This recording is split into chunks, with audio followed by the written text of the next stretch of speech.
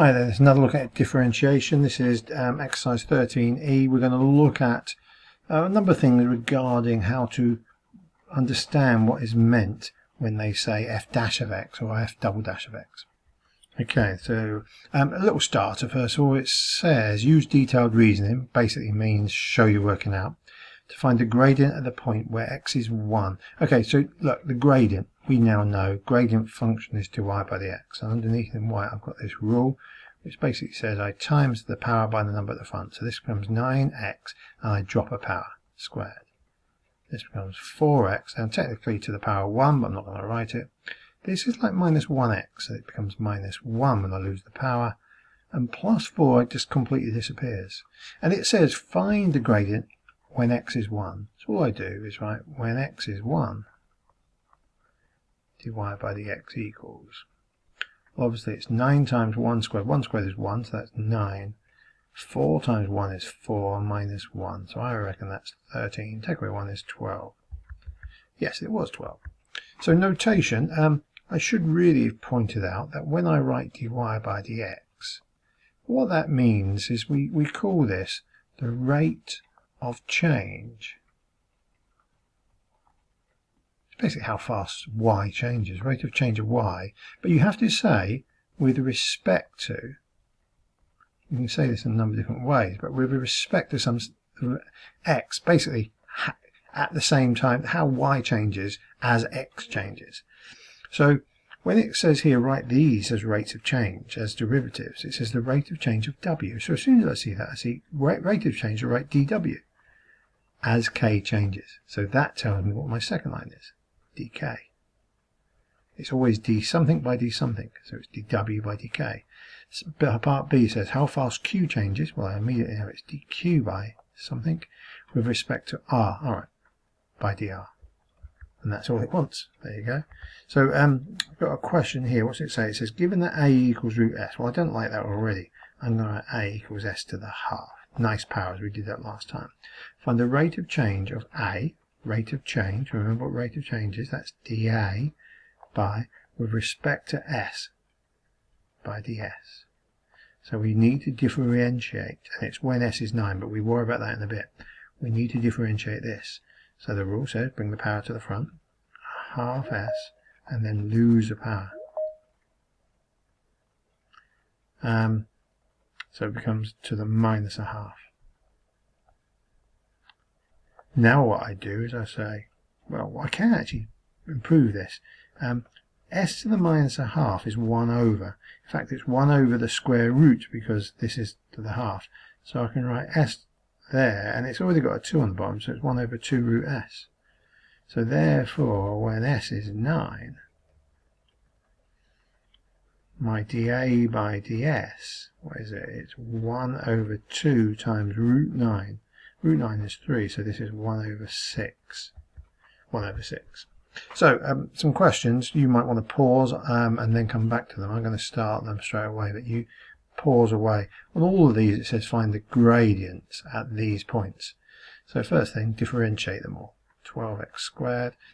I shouldn't really do this here because I think the answer comes up here. Plus 6x minus 2. Remember the 4 will disappear. So I'll do it over here when, now you need the x value. The y value doesn't matter. So here my x is minus 1. When x is minus 1, dy by dx, well, what will it be? It's 12 lots of 1, which is 12, because minus 1 times minus 1 is 1. But when you times by just the x, it gives me a negative minus 6 for that, and minus 2. So I reckon that's 4. And it does say 4. Secondly, so I've got the same idea, I need to find dy by the x. I'm going to start all the way up here.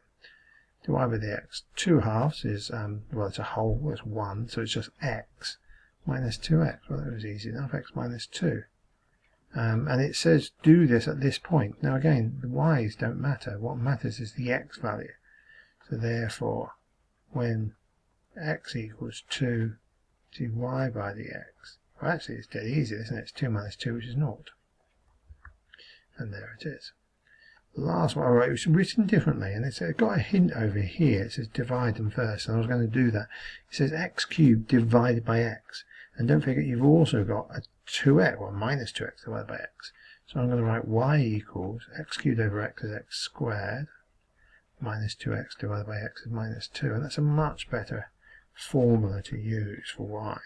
So now I can find dy by dx.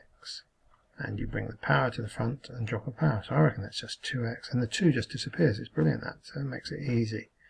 So on that basis, when it says x is 2, dy by dx is quite simply 2 2s are 4.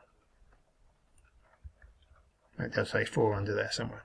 So that was easy enough. Increasing function. So this is just a definition. Here's my increasing function. You can see it's definitely going up. And when it's going up, I know it goes up further than that, but they're saying between these 2 points definitely is going up. And it's got a positive gradient. And for that reason, that says positive by the way, plus VE. And for that reason, we say the gradient is greater than 0. dy by dx is greater than 0. Notice you're allowed to say greater than or equal to 0. Because if it just turns and changes its mind, carries on, we're happy with that. So that's an increasing function. You also get decreasing functions. Here's my picture. And you'll notice, basically, between these 2 points, and beyond, but between these 2 points, we can say it's negative. The gradient goes down, negative. And so we say dy by dx is negative, is less than or equal to 0. We're going to use that now. So here's my example. It says, find f dash of x for this function, and find the range of values for which it is increasing. Well, my first job is just to differentiate it, I suppose, f dash of x. So if I do this, 2/3 of 3 when I times that is 2. So drop a power 2x squared. 2 comes to the front, that's minus 2x. Minus 4 and the 3 disappears.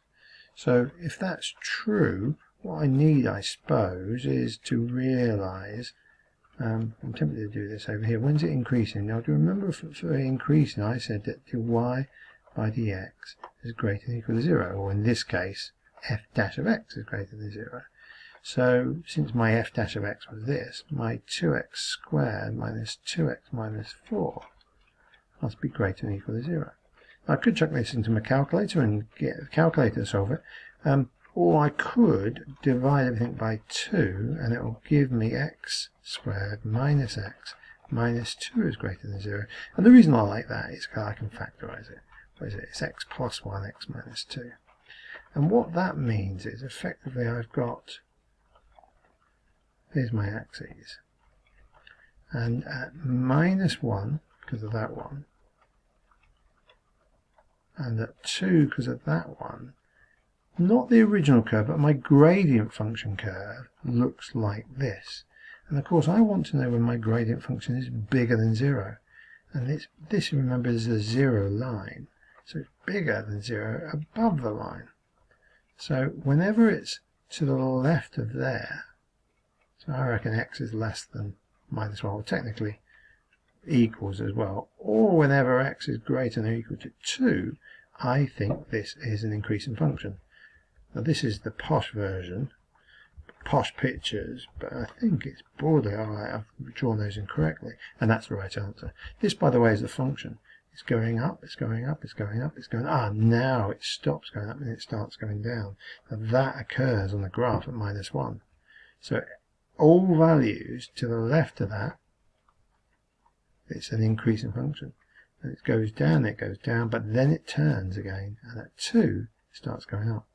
All values to the right of that is an increasing function. Here's another question. What's it this time? Right. It says find the range of values for which it's a decreasing function. Now it says y equals, so I simply do dy by dx. 6x squared minus 18x. Hopefully you're good at that now. It says when is it a decreasing function? Now again, decreasing functions are when dy by dx are less than or equal to 0. So what am I going to do? Well, I'm going to set 6x squared minus 18x to less than or equal to 0. And again, same trick as last time, divide by 6. I'll get x squared minus 3x. And I do that because I like to factorise. Again, you could do it on your calculator. When is this less than or equal to 0? So again, I'm just going to draw the graph. Well, that makes 0 and 3. So I think it's the same as last time, but it's shoved over a bit. 0 and 3 There's my gradient function drawn. There's my 0 line. I want it to be less than 0 this time. And you can see it's below the line between 0 and 3. So I think the answer to this is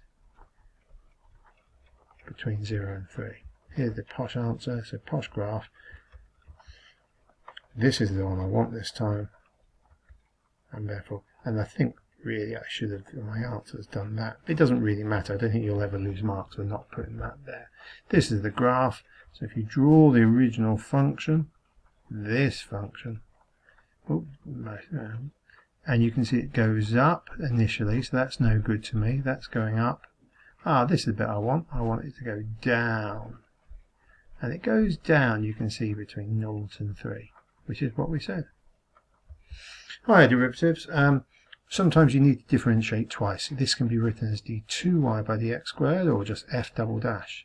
So here's an example. It says find d2y by dx squared. Notice how I said that, d2y by dx squared for this function.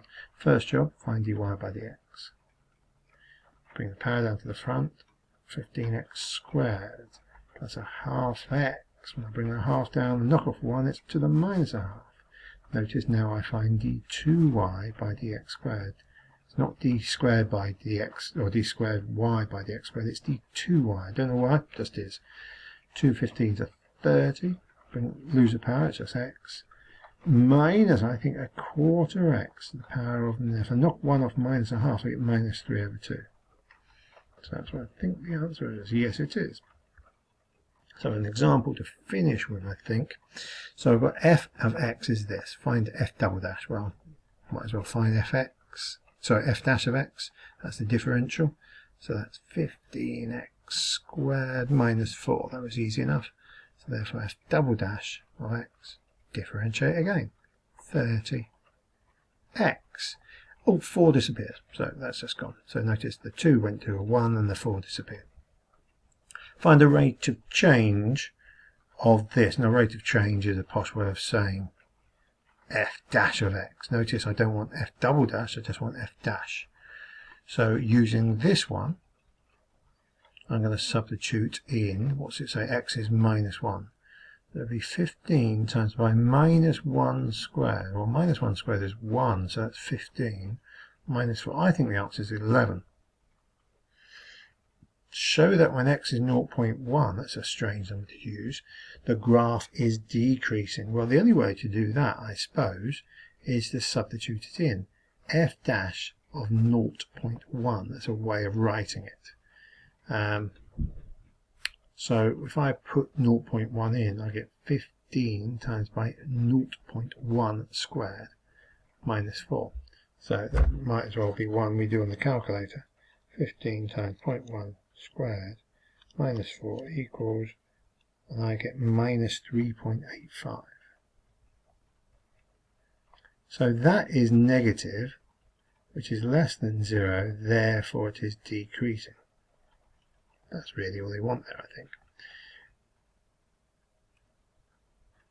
But its gradient is increasing. Alright, now to find what is happening to its gradient, we need to do f double dash at 0.1. So this is the idea. So if I was to draw this graph, what does it look like? Let me just put that on the screen for you properly. So I just put that in my graphical calculator. I wasn't 100% certain what it looked like. And this is what it basically looks like. So it goes up, it goes down, going through the origin. It's rather dodgy and like that. So that's what the graph looks like, and it wants to know what's happening to the gradient. Now, I suppose what we're saying is at 0.1, so around here somewhere, it's going downwards. We've proven that. But they want us to show that it's actually on the verge. I think at 0 it might be at this sort of tipping point. It kind of just, rather than going down and it starts bending back round. I think that's really what we're trying to show. And we do that by putting 0.1 into this. And if you do that, 30 times by 0.1 is 3. So that's greater than 0, and therefore that's what we wanted. There's the exercise I want you to do, exercise 13E. Best of luck with that.